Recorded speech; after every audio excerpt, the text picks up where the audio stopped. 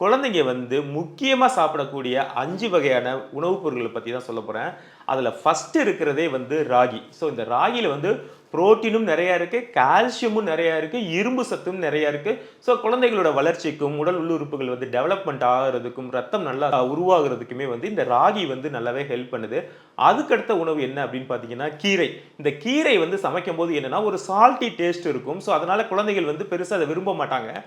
இத வந்து ஈஸியா அவங்களுக்கு எப்படி ஃபீட் பண்ணலாம் அப்படின்னா, இந்த கீரை எல்லாத்தையுமே வந்து நல்லா அரைச்சுட்டு, இட்லி, தோசை ஏதாவது சுடுறீங்கன்னா, அந்த மாவு கூட மிக்ஸ் பண்ணிட்டு, அப்படியே அவங்களுக்கு தெரியாம இத ஃபீட் பண்ணிட்டீங்கன்னா, கீரையில இருக்கக்கூடிய விட்டமின் ஏ, ஃபைபர் இது எல்லாமே வந்து குழந்தைகளுக்கு ஈஸியா போய் கிடைச்சிரும்.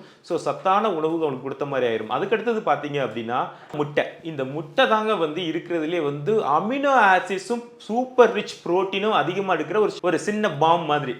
இதுல இருக்கக்கூடிய அமினோ ஆசிட்ஸ் வேற எதுலயுமே கிடைக்கிறது கிடையாதுங்க. அதனால வந்து முட்டைய வந்து ரெகுலரா குடுக்கணும். இதுல முக்கியமா கவனிக்க வேண்டிய விஷயம் என்னன்னா, முட்டை குடுக்கும் பொழுது கண்டிப்பா அது நல்லா வெந்திருக்கணும். நல்லா குக் பண்ணி தாங்க குடுக்கணும்.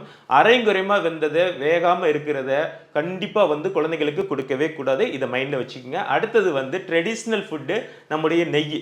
இந்த நெய்யில வந்து எசென்ஷியல் ஃபேட்டி ஆசிட்ஸ் நெறைய தேவையான நல்ல கொழுப்புகளுமே வந்து நெறையவே இருக்கு. இது எல்லாமே வந்து குழந்தைகளுடைய ஜாயிண்ட்ஸ், எலும்பு இது எல்லாத்துக்குமே வந்து பலப்படுத்துறதுக்கும், உள்ள இருக்க குடல வந்து சீரா செயல்படுத்த வைக்கிறதுக்குமே ரொம்பவே ஹெல்ப் பண்ணுது. அதுக்கு அடுத்தது பார்த்தீங்க அப்படின்னா, தயிர். இந்த ப்ரோபயோட்டிக் என்ன பண்ணும்னா, நம்ம குடல்ல இருக்கக்கூடிய குட் பாக்டீரியாவ வந்து அதிகப்படுத்தி, கெட்ட பாக்டீரியாவ வந்து கம்மி பண்ணும்.